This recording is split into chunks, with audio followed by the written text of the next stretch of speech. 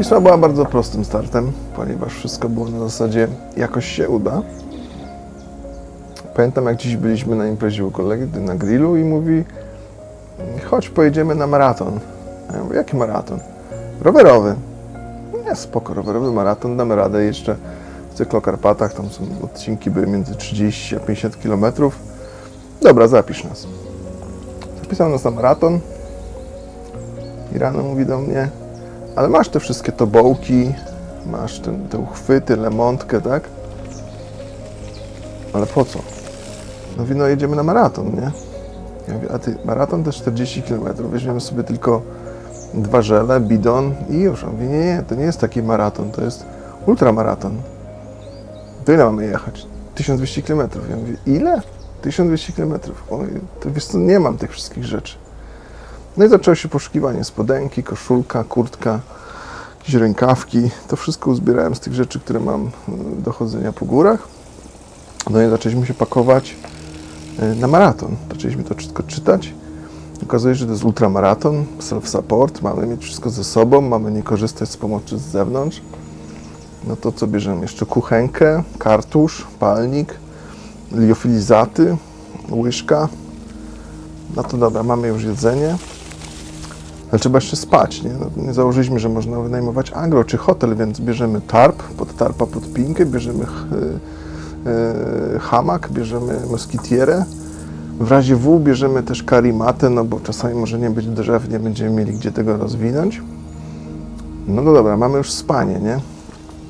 Aha, no to jeszcze śpiwór, no bo jakby było zimno w sumie, ale jest lipiec. Dobra, bierzemy spanie. No i tak obładowani takim trybem muła idziemy na start. Tam oczywiście masa innych osób. Część osób wtedy z czołówki, której nie znaliśmy, jedzie na pustym rowerze, jak mi się wydawało, czyli mieli tylko jakąś taką malutką torebeczkę, trochę jedzenia. No my tym trybem nomada muła, no ale oprócz nas są jeszcze goście, którzy jadą z sakwami. Ja mówię: kurde, ci są przygotowani, mają namioty, wszystko mają, a my tego nie mamy, nie damy rady.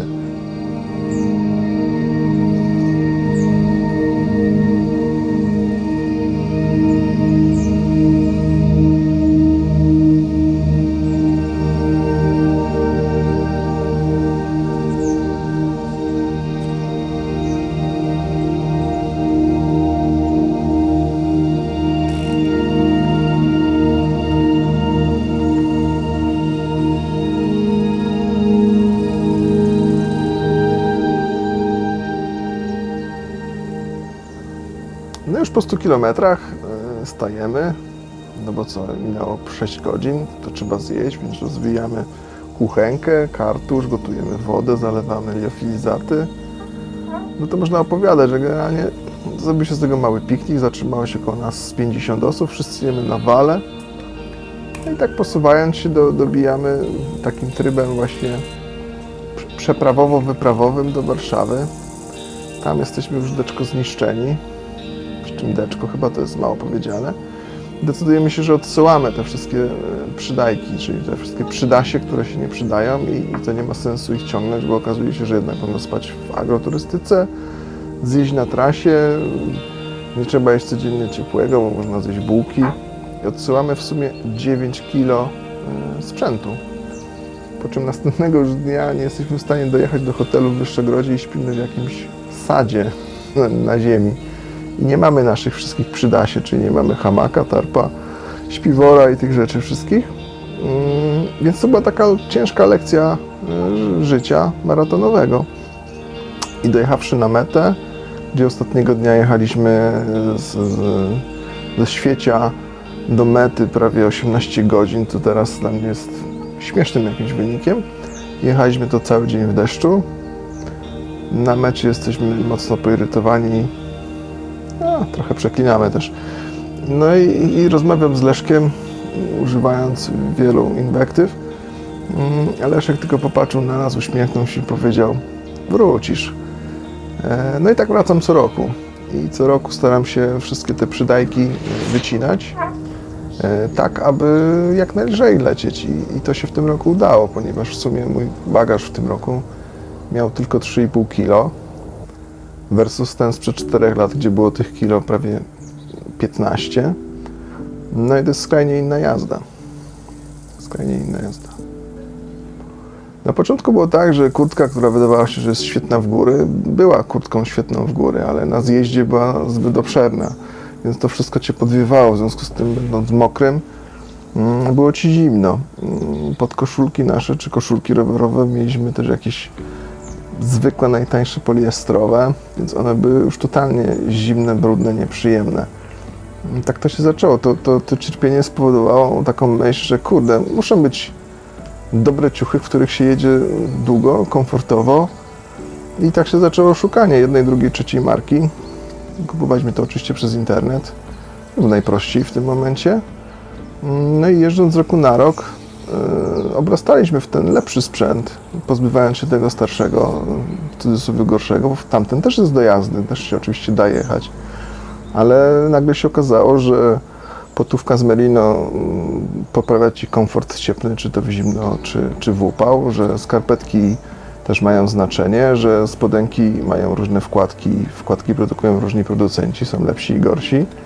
No i tak zaczynaliśmy myśleć powoli z grupą znajomych, że może w tym kierunku trzeba iść, może trzeba stworzyć sklep z rzeczami do ultramaratonów, ponieważ ostatnie lata pokazują, że tych osób jeżdżących jest już w sumie kilka tysięcy. Imprez, gdzie 4 lata temu była jedna, teraz jest właściwie 30 kilka i możesz co tydzień pojechać w innej imprezie, w innym rejonie Polski.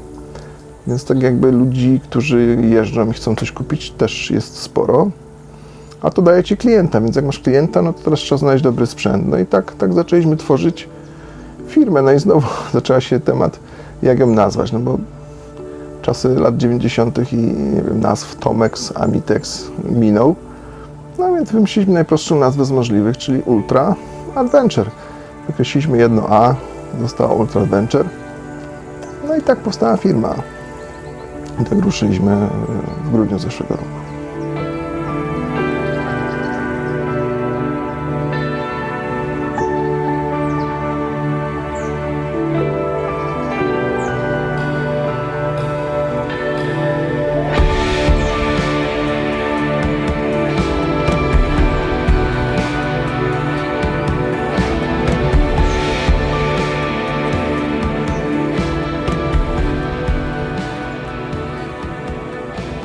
Jak jedziesz długo ze sobą sam w pewnym momencie na maratonie, nagle dochodzisz do takiego wniosku, że maratony są taką kopią kalką życia. Tego, że spotykasz kogoś na jakimś etapie i możesz z nim przejechać 100 km czy 200, albo przepracować z nim 10 czy 20 lat. Niekoniecznie będziecie pracować ze sobą do końca. I maraton jest taki sam, że poznajemy ludzi, jedziemy z nimi kawałek, dłuższy kawałek lub cały maraton. I są też tacy, którzy nas odjeżdżają albo zostają za nami. Więc tam jeszcze analogia życia jest 100% trafna. Wiesz co, myślę, że najważniejsza jest atmosfera, że ci ludzie, którzy jadą, to są już inni ludzie. Nie w sensie, że lepsi, ale inni ludzie niż ci, którzy nie jadą. To są ludzie, którzy z definicji będą raczej chcieli ci pomóc niż przeszkodzić. To są ludzie, którzy raczej z tobą zagadają niż będą milczeć. I to jest fajne. Drugi fajny aspekt to pokonywanie przestrzeni. To jest coś, co sprawia, że mogę pojechać kolejny raz na Wisłę, ponieważ cały czas pokonujesz przestrzeń, cały czas się zmieniają krajobrazy. I pomimo, że jedziesz w te same miejsca albo w nowe, no to cały czas one wyglądają inaczej, co roku wyglądają inaczej. Tak samo jak w życiu. Masz widok za oknem w górach, który znasz od lat. W dalszym ciągu co roku w którymś momencie wiosny, jesieni czy zimy cię zaskoczy jakiś widok, którego jeszcze nie widziałeś, chociaż znasz ten teren świetnie. I to jest ten kolejny aspekt ultra, czyli krajobraz i przestrzenie, które możesz pokonywać. No i trzecia sprawa, poznajesz co chwilę nowych ludzi, nowe miejsca, nowe wsie, nowe miasteczka, miasta. I znowu przy trasie jest masa ludzi, którzy okazuje się, że są życzliwi tobie, że ci pomogą. I to jest fantastyczne właśnie.